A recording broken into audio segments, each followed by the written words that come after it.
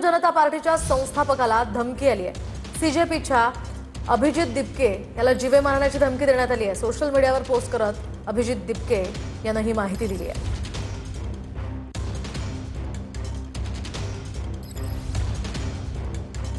दरम्यान कॉकरोच जनता पार्टीने सोशल मीडियावर फॉलोअर्सचे अक्षरशः रेकॉर्ड मोडले। सीजेपीचे इंस्टाग्रामवर 20 मिलियन फॉलोअर्स झालेत। कॉकरोच जनता पार्टीचं ट्विटरवरील अधिकृत अकाउंट भारतात बंद करण्यात आलंय। तर तरुण आज ना उद्या रस्त्यावर उतरतील, सरकारला याची भीती असल्याचं वडेट्टीवारांनी म्हणत मुख्यमंत्री हुशार आहेत, तरुणांच्या मनातील खदखद ते नक्कीच संपवतील असं मुश्रीफ यांनीही म्हटलंय। कॉकरोच जनता पार्टीची तरुणांमध्ये क्रेज पाहायला मिळते। या पार्टीनं सोशल मीडियावरती अक्षरशः धुमाकूळ घातलाय। भाजप आणि काँग्रेस सारख्या देशातल्या सर्वात मोठ्या पक्षांपेक्षाही सोशल मीडियावरती कॉकरोच जनता पार्टीचे फॉलोअर्स अधिक आहेत।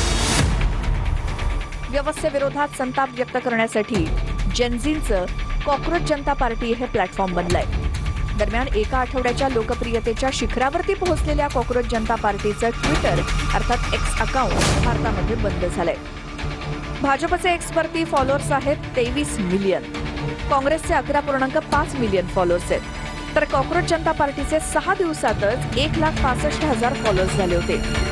कॉकरोच जनता पार्टीचे अकाउंट बंद झाल्यानंतर अभिजित दिपकेनं कॉकरोच इज बॅक या नावानं नवं एक्स अकाउंट सुरू केलं।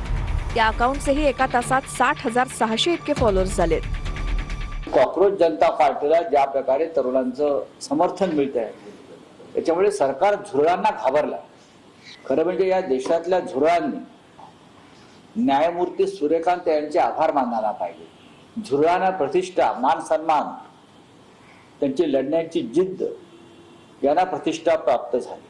आळशी बेरोजगार झुरळांना, दोन पायांच्या झुरळांना या देशामध्ये चांगले दिवस येणार आहेत आणि दोन पायांची झुरळं ही सरकारला सळोकी पळो करून सोडणार। सिस्टमच्या विरुद्ध त्यांनी त्यांचं तरुणांचा या माध्यमातून मत व्यक्त होत आहे। त्यांचा एक हँडल बॅन केलं जातं किंवा त्याला थांबवलं जातं। याचा अर्थ असा आहे की सरकारच्या मनामध्ये भीती आहे। तरुण रस्त्यावर उतरला तर आमची काय गती होईल, आणि ते होणारच आहे, आज नाही उद्या होणार आहे। पण त्यामुळं ह्या तरुणाचा आवाज ते दाबू शकणार नाही।